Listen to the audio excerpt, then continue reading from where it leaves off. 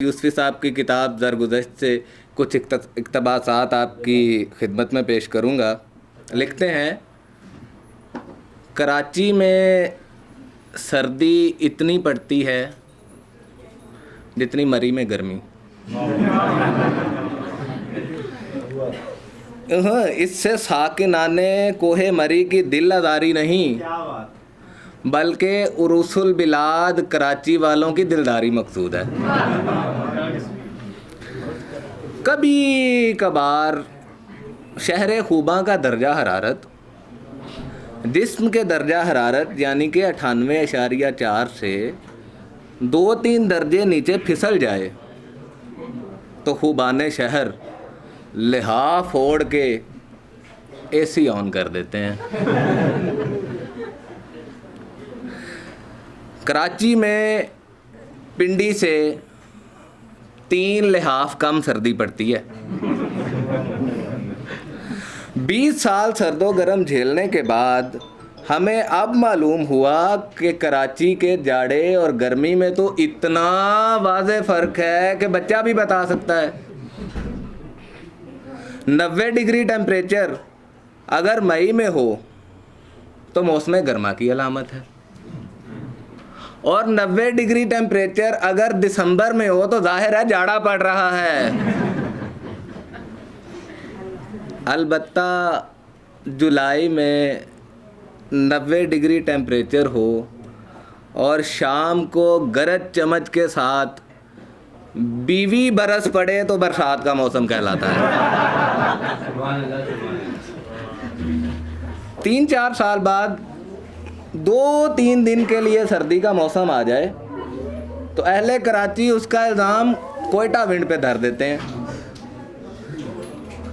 उधर कोयटा वाले कोयटा में जब दस्ताने, कंबल और मफलर के अंबार में से सिर्फ चमकती हुई आंखें देखकर ये अंदाज़ा लगाना मुश्किल हो जाए कि इसके जनूब में मूछें हैं या पंखड़ी एक गुलाब की सी है, तो कोयटा वाले इस घपले का जिम्मेदार कंधारी हवा को ठहराते हैं। और जब कंधार में साइबेरिया की हवाओं से दरख्तों पर अनारों की बजाय बर्फ़ के लड्डू लटकने लगें और गवाले गाय के थनों से आइसक्रीम धोते हैं तो अहालियाने कंधार कंबल से चिमट कर हमसाया मुल्क की तरफ गज़बनाक निगाहों से देखते हैं। छोटे मुल्कों के मौसम भी अपने नहीं होते, हवाएं और तूफ़ान भी दूसरे मुल्कों से आते हैं और ज़ल्ज़लों का मरकज़ भी सरहद पार होता है। छोटे मुल्कों के मौसम भी अपने नहीं होते। ये जनवरी 1950 की एक ऐसी ही सुबह का जिक्र है। गवारा हद तक गर्म होने के साथ साथ ये एक तारीख़ साज सुबह थी। ज़िमस्तान की इस सुबह बैंकारी के शोपे से हमारी तवील फ्लर्टेशन का आगाज़ हुआ। और हाँ, सुबह उस वक्त नहीं होती जब सूरज निकलता है, सुबह उस वक्त होती है जब आदमी जाग उठे। खैर, मैक्लोड रोड पे बैंक का हेड ऑफिस तलाश करने में कोई दुश्वारी ना हुई। हमने एक पर्ची पर अपना नाम लिखकर general manager mister WGM Anderson को भिजवाया। पौन घंटे इंतज़ार के बाद चपरासी कहने लगा, लगता पड़ा है कि अब तुम्हारी बारी आई है। कमरे में दाखिल हुआ तो सामने कुर्सी पर एक नहायत बारोब अंग्रेज़ नज़र आया। सर बेज़वी और वैसा ही साफ और चिकना जिस पर पंखे का अक्स इतना वाज़े था कि ब्लेड गिने जा सकते थे। रंग वैसा ही था जैसा अंग्रेज़ों का होता है। उसने अपने कुत्ते से तारुफ कराने के बाद एक ही सांस में पूछ लिया, कैसे हो, कौन हो, क्या हो और क्यों हो। हमने आखिरी सवाल के अलावा बाकी तमाम सवालात के जवाबात तसल्ली से दिए। तुमने मुआशियात पढ़ी है? No sir. हिसाब में बहुत अच्छे थे? नहीं सर, हिसाब में तो मैं इम्तियाज़ी नंबरों से ही पास होता रहा हूँ। वैसे मैंने चाहे इंटर से लेके एमए तक टॉप ही किया है। तो हिसाब में फ़ेल होने के अलावा तुम्हारी इस जॉब के लिए क्या क्वालिफ़िकेशन है? तुम्हारा सोशल बैकग्राउंड क्या है? किस ख़ानदान से ताल्लुक़ है? जी मेरा ताल्लुक़ अपने ख़ानदान से है। जी तो बहुत तेरा चाहा कि लगे हाथों ये भी बता दें कि बुज़ुर्ग हुब्बे जाहो माल से बेनियाज थे, फ़कत हमें अपनी निशानी छोड़ा। नादर शाह ने तो अपनी वल्दियत शमशीर इब्ने शमशीर बताकर बदखाहों और मौरखों का मुंह बंद कर दिया था, लेकिन ये फ़कीर इब्ने आदम के अलावा क्या बताता?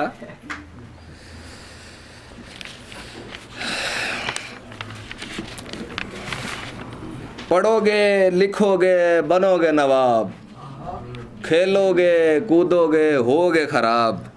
बुज़ुर्गों की इस नसीहत और इल्मे नजूम से लबरेज पेश गोई पर सारा बचपन निछावर करवाने के बाद जब हमारी बारी आई तो यार लोगों ने रियासत रजवाड़े ही ख़त्म कर दिए, तो लिहाजा अब नवाब तो बना नहीं जा सकता था।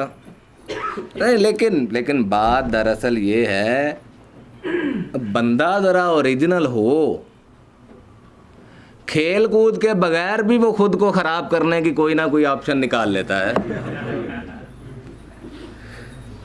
तीसरी जमात तक राजस्थान में ख़ुद पर बहुत से तालीमी तजर्बे करवाए। मसलन वहाँ स्कूल में ज़ोहर की नमाज बाद जमात होती थी, जिसे बेवज़ू पढ़ लिया जाता था।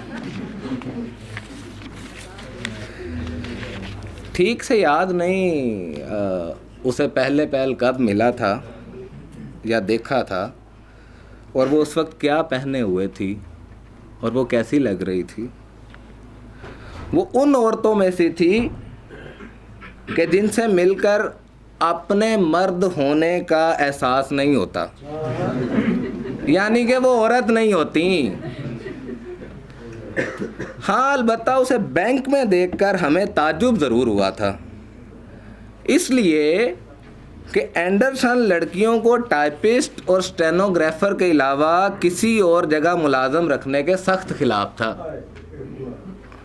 कहता था कि बरसगीर में कोई लड़की ऑफिस में टिक नहीं सकती। क्यों? क्योंकि लड़की अगर नेक है तो वो खौफ ज़्यादा होकर भाग जाती है, नेक नहीं है तो कोई भगा ले जाता है।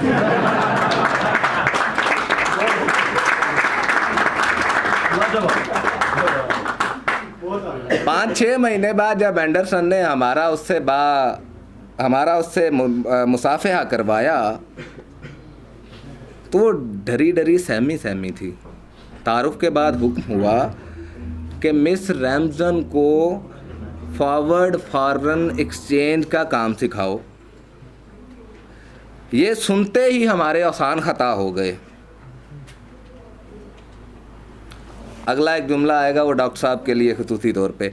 ये सुनते ही हमारे आसान ख़ता हो गए जो ज़रा देर में इस ललचावे से बहाल हुए कि पढ़ाने और अपने आप को उस्ताद कहलवाने में जो 100 बोतलों का नशा है वो बादशाही में हो तो हो, वरना दुनिया का हर नशा इसके सामने हेज है।